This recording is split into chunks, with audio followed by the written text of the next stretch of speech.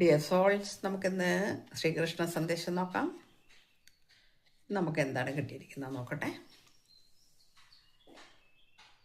യദാ യദാ he ധർമ്മസ്യ ഗ്ലാനിർഭവതി ഭാരത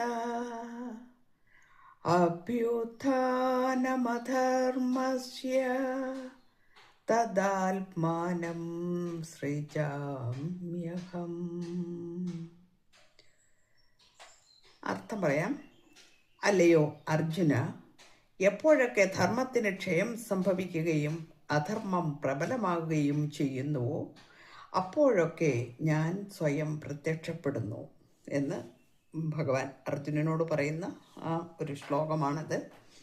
അതായത്, ഇരുട്ട് വ്യാപിക്കുമ്പോൾ ഉള്ളിലെ വെളിച്ചം അന്വേഷിക്കുക എന്ന് വെച്ചാൽ ദൈവിക പിന്തുണ നിലനിൽക്കുന്നു. ഈശ്വരൻ എവിടെയാണ്? നമ്മുടെ ഉള്ളിൽ തന്നെയാണ് എന്ന് നമ്മളെ ഓർമ്മിപ്പിക്കുന്നു. അതിനൊരു പ്രതിവിധി പറഞ്ഞു തരുന്നുണ്ട്. നിരാശയുടെ സമയങ്ങളിൽ നിങ്ങളുടെ ആന്തരിക മൂല്യങ്ങളുമായി ബന്ധപ്പെടുകയും ആത്മീയ ആചാരങ്ങളിൽ നിന്നോ ജ്ഞാനപൂർവകമായ ഉപദേശങ്ങളിൽ നിന്നോ മാർഗനിർദ്ദേശം തേടുകയും ചെയ്യുക. സഹായം പലപ്പോഴും അപ്രതീക്ഷിതമായ വഴികളിലൂടെയാണ് എത്തുന്നതെന്ന് ഓർമ്മിക്കുക എന്നാണ്. അപ്പോൾ നമുക്ക് വളരെ നിരാശയുണ്ടാകുന്ന സമയങ്ങളിൽ നമ്മളുടെ ആന്തരിക മൂല്യങ്ങൾ, അതായത് നമ്മുടെ ഉള്ളിലേക്ക് ഒന്ന് നോക്കുക. നമ്മൾ കുറച്ചു നേരം വെറുതെ ഇരിക്കുമ്പോൾ നമുക്ക് തന്നെ ഒരു സമാധാനം നമ്മുടെ മനസ്സിൽ വരും. കാരണം വെച്ചാൽ നമ്മുടെ ഉള്ളിലേക്ക് നോക്കുക എന്ന് പറഞ്ഞാൽ നമ്മൾ മെഡിറ്റേഷൻ ചെയ്യുക, ധ്യാനത്തിലിരിക്കുക, അല്ലെങ്കിൽ അതേമാതിരിയുള്ള കാര്യങ്ങൾ ചെയ്യുക, ഈശ്വരനെ അടുത്തറിയുക, പ്രാർത്ഥിക്കുക.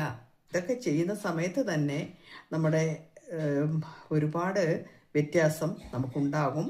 ആത്മീയ ആചാരങ്ങളിൽ നിന്നോ ജ്ഞാനപൂർവകമായ ഉപദേശങ്ങളിൽ നിന്നോ മാർഗനിർദ്ദേശം തേടൂ എന്ന് പറയുന്നു. നമുക്കൊരുപാട് അത്തരം കാര്യങ്ങളുണ്ട്. അത് നമ്മൾ ചെയ്യുക. നമുക്ക് സഹായം എവിടെ നിന്നാണ് കിട്ടുന്നതെന്നൊന്നും പറയാൻ കഴിയില്ല. അത് നമുക്ക് കിട്ടിയിരിക്കും. കാരണം ഈശ്വരൻ നമ്മോടൊപ്പം തന്നെ ഉണ്ട് എന്നർത്ഥം. ഓക്കെ, എല്ലാവർക്കും നല്ലത് വരട്ടെ. Thank you universe.